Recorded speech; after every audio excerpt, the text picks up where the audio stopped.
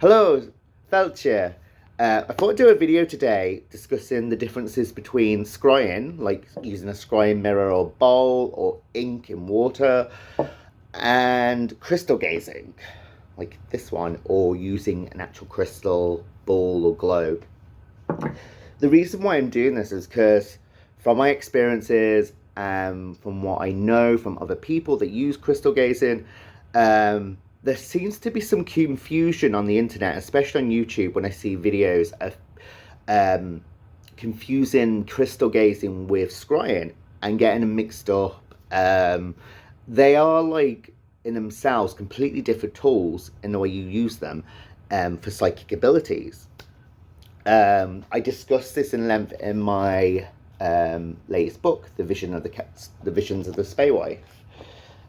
Lisa Boswell, who is author of Modern Oracle, does a fantastic video about crystal gazing, which I'll link into this video.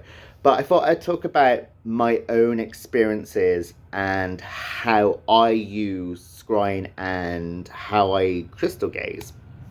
So I suppose to go to discuss the differences, I'll go into scrying. So scrying is the ability to defocus your gaze into a blackened um, surface, or like black water. Some people use, and this is the bowl I use. I love it. It comes with a wee beaker. I pour water in, and it's proper, like it's cutting craft. And what I do then, so I will use well water or spring water. I will pour it into the bowl, and I will darken the lights. I will have one candle lit, and by the candle I will just sort of gaze into it, well, scry into this, just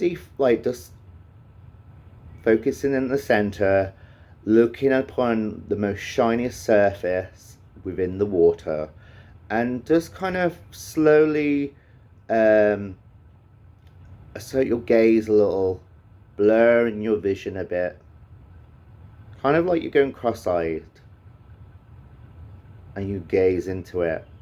And when you're getting into that like meditative state, then you'll start to see shapes and shapes and figures and even visions. Like even I've had scrying experiences where it's like watching a movie, like with things moving, and I'm able to sort of predict what's going to happen through that scrying. So with crystal gazing, it's completely different. Like you're not looking into the crystal ball. You're not going to see images. You're not going to see anything particular into the crystal ball like you would with scrying. The crystal ball acts really as a kind of spirit medium. And also a meditative tool.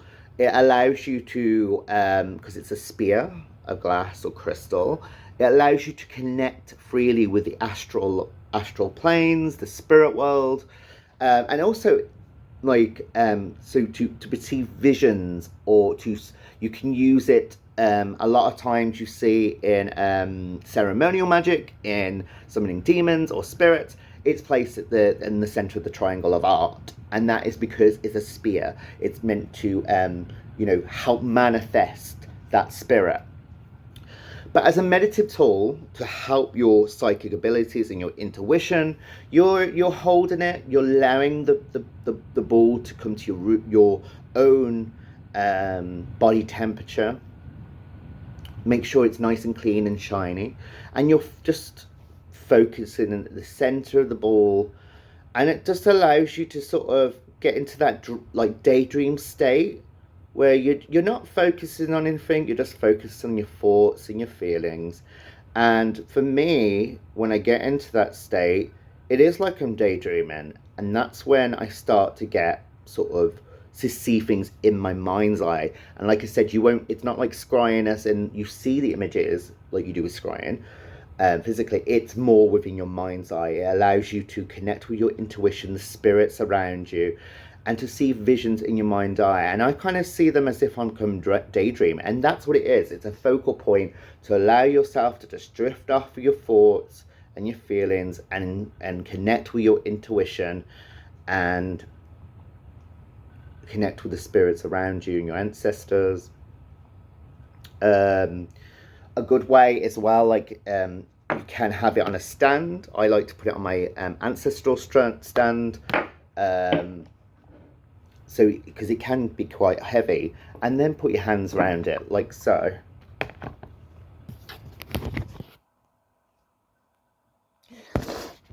But allow the ball to, connect with your power, to the powers of the spirit world. Allow the ball to put your hands around it. Allow the ball to come to your own body temperature.